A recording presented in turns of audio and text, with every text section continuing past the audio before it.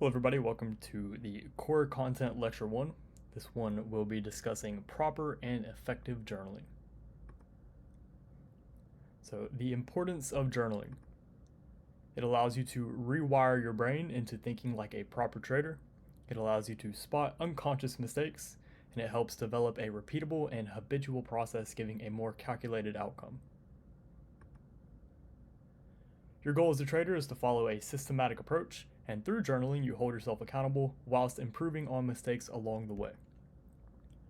Proper journaling also gives you experience to lean on if a period of drawdown occurs, which will help mitigate fear.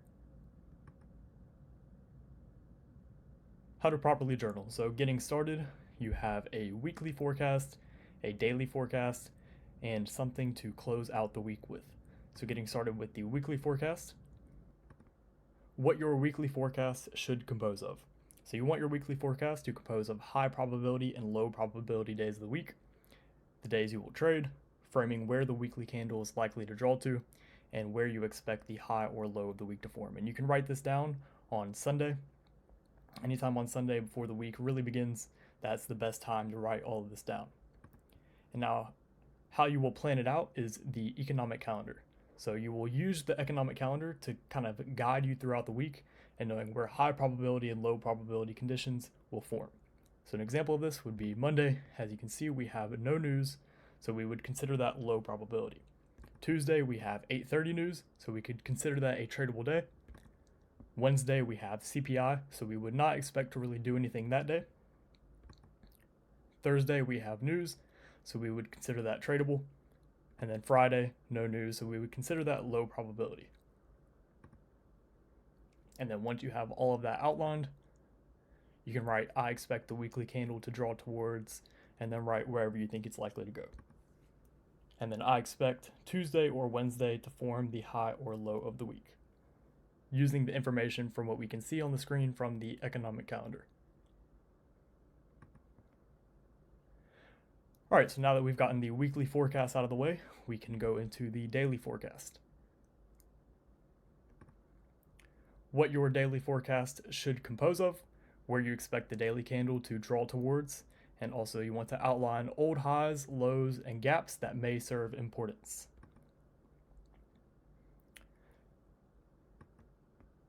So you would generally write that down the night before.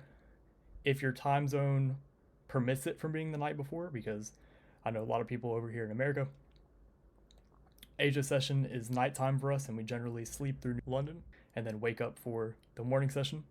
But if your time zone permits it, then you could just write this down in Asia session before the day really takes off.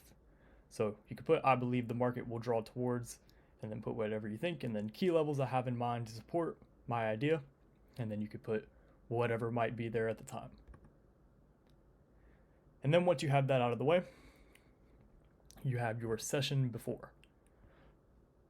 So what you want to write down your session before is characteristics of what happened the session before and how you'll use that information to help reinforce your idea or scratch the idea altogether.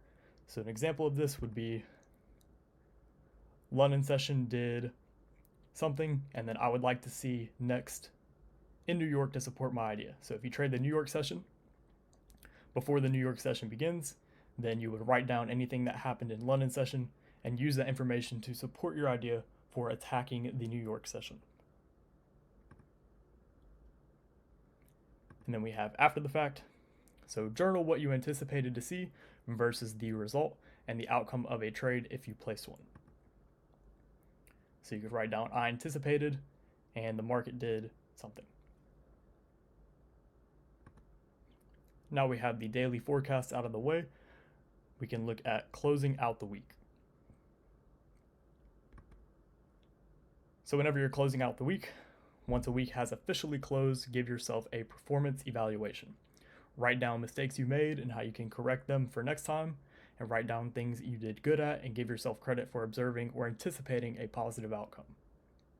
So with this, you're looking at the good and the bad, and if you do this week after week after week, day after day, then you will slowly but surely get a lot of data gathered that will help you a lot and help you advance very, very quickly. This is the same thing that I used, the same kind of template that I use every single week and I've journaled probably over 1,500 pages, and this will help you get on track and reach a very, very, very high degree of accuracy. So hopefully you found this one insightful. I will speak with you all tomorrow. Enjoy the rest of your weekend.